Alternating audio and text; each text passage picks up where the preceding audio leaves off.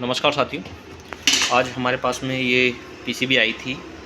ये है PCB 6 IGBT वाली जिसको बोलते हैं। मैं आपको दिखा देता हूँ। ये 6 IGBT वाली पीसीबी थी, मैग्नेट में लगी हुई है, मैग्नेट कंपनी की है और ये वर्लपूल में लगी हुई है। ये हमारा इंडोर है इसका। तो टेक्नीशियन का कहना था कि इस पीसीबी में ना तो डिस्प्ले में कुछ भी आ रहा है, ये इसका डिस्प्ले था, ना तो डिस्प्ले में कुछ भी आ रहा है और ना हमारी आउटडोर चल रही है, बस इंडोर चल रही थी, मतलब इंडोर का फ़ैन चल रहा था। तो हमने जब पीसीबी चेक की तो हमने सबसे पहले देखा डिस्प्ले आनी चाहिए, तो ये डिस्प्ले के जैक में लूजिंग थी, धूल मिट्टी गई हुई थी। ये हमने थोड़ा सा साफ़ कर दिया था, लेकिन अभी और साफ़ करके इसको क्लियर कर देंगे। तो उसके बाद में जब ये डिस्प्ले हमारी ओके होगी तो फिर हमने देखा कि इसमें E6 का एरर था। E6 बेसिकली कम्युनिकेशन का होता है इस पीसीबी में। तो नॉर्मली जो यूट्यूब पर या नॉर्मली गूगल वगैरह पे देखते हैं तो उनका कहना होता है कि कम्युनिकेशन वायर का प्रॉब्लम है, ठीक है। तो कम्युनिकेशन का ये, लेकिन कम्युनिकेशन का मतलब है कि एक PCB, indoor PCB, outdoor PCB, ये दोनों आपस में बातचीत नहीं कर रही। अब बातचीत ना करने का कारण हो सकता है हमारा केबल कटा हुआ हो, या हमारा ये पीसीबी सप्लाई इसको ना दे रही हो, या इसके अंदर सप्लाई जा रही हो लेकिन ये वापस से नहीं सिग्नल दे रही हो। ये यहाँ से सिग्नल देगी, ये RX और TX के लिए ये लगे हुए हैं हमारे ऑटो कपलर। तो ये ना कर रही हो, अगर इस पीसीबी में आग लग जाएगी, इसको निकाल के फेंक देंगे, इसका तार काट देंगे। इन सारी की सारी कंडीशन में हमारा जो इंडोर पीसीबी है उसमें E6 का एरर दिखाई देगा। तो अभी हमने देखा इसमें E6 हमारा जो LED ब्लिंक कर रही थी, LED ब्लिंक करने का मतलब था कि हमारी पावर आ रही है। यहाँ पर 24 वोल्टेज की फ्लक्चुएशन थी, तो इसका मतलब था कि कम्युनिकेशन सेक्शन भी हमारा ओके है। अभी उसके बाद में हमने जब चेक किया तो हमने देखा कि हमारे जो 15 वोल्टेज हैं वो हमारे ड्रॉप हो रहे थे, मतलब कि एक तरह से हाँ ड्रॉप थे। और जब हमने कोल्ड टेस्टिंग की तो यहाँ पे शॉर्टिंग थी। तो शॉर्टिंग के लिए अब मैं बता दूं आपको कि ये जो 15 वोल्टेज हैं ये जाते हैं हमारे एक तो DC मोटर के लिए। तो DC मोटर इस सेट में लगी हुई नहीं है, तो उसके शॉर्टिंग का कोई मतलब नहीं होता। उसके बाद में ये 15 वोल्टेज हमारे जाते हैं हमारी जो इन 6 IGBT के लिए गेट ड्राइव IC होती है, तो उसके लिए जाते हैं। और वही 15 वोल्टेज हमारे इस IC के लिए जाते हैं, जो कि हमारी PFC सेक्शन का जो IGBT लगा हुआ है उसको उसके गेट ड्राइव IC है, तो उसके लिए जाते हैं। तो जब मैंने चेक किया इसको तो मेरी 15 वोल्टेज इस IC के कारण शॉर्टिंग थी। तो मैंने फिर ये IC चेंज कर दिया।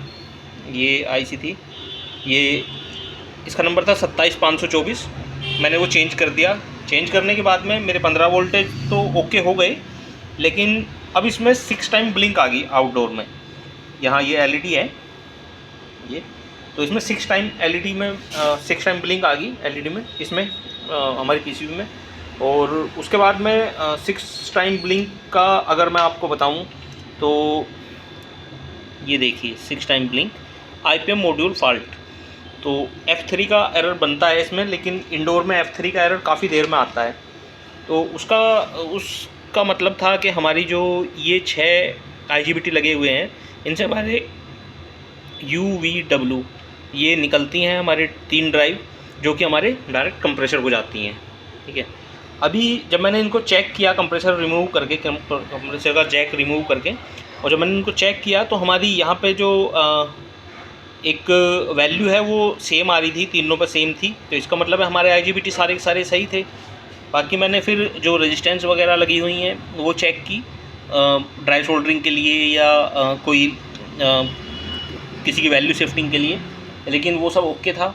फिर उसके बाद में मैंने ये जो IC है मैंने ये निकाल कर, और यहाँ पर हमारी 6 ड्राइव आती हैं UVW प्लस UVW माइनस।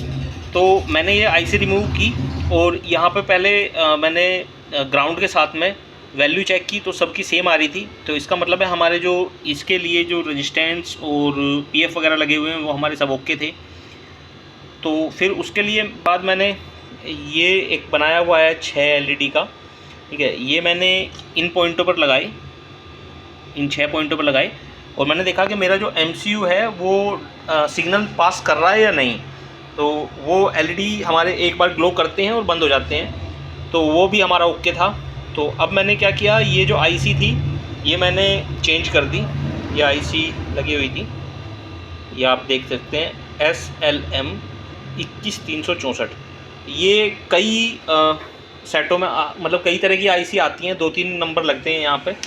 तो मैंने जो IC इसमें लगी हुई थी वो मेरे पास नहीं थी, तो मैंने SLM ये लगाई, जो ये है हमारी SLM 21364। तो वो मेरे पास में ये लगाई, तो ये भी नहीं चली इस पर। लेकिन मैं श्योर था क्योंकि यहाँ पे 6 ड्राइव आ रही थी। तो मैंने फिर क्या किया, ये 3 SLM उतार दी और यहाँ पे एक बोर्ड से निकाल कर, क्योंकि मेरे पास नई नहीं थी, तो मैंने ये बोर्ड से उतार कर यही सेम IC जो इसमें लगी हुई थी वही सेम IC इसमें लगाई दूसरी। तो अभी मेरा सेट ओके हो गया है। मैं आपको इसको चला के दिखाता हूँ। ये मैंने इसको पावर दे दिया है, ये पावर आ चुका है इसमें।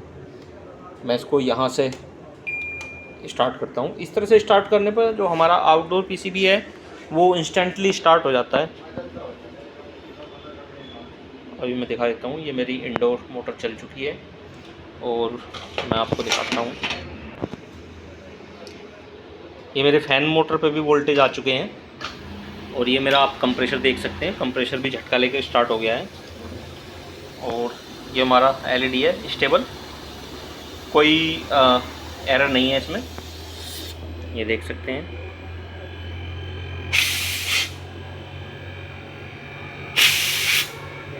तो ये हमारी आज PCB ओके हो चुकी है। तो इतनी सी वीडियो थी, इसको काम में काफ़ी टाइम लगा क्योंकि इस पर लीकर था, एक बहुत बड़ी जो लेयर चढ़ी हुई होती है वो थी। तो वो हमने ये इससे गैस्केट रिमूवर से वो सब निकाल दिया और फिर पेट्रोल से साफ़ करके ड्रायर मारा, क्लीन किया उसको। अभी हम इस पर कस्टमर को देने से पहले, ये हॉकी का है PCB कोटिंग, तो ये हम इस पर लगाएंगे और फिर कस्टमर को दे देंगे।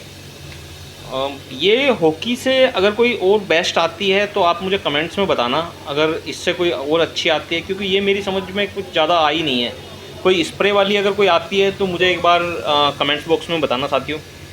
तो इतनी सी वीडियो थी और वीडियो देखने के लिए आपका धन्यवाद।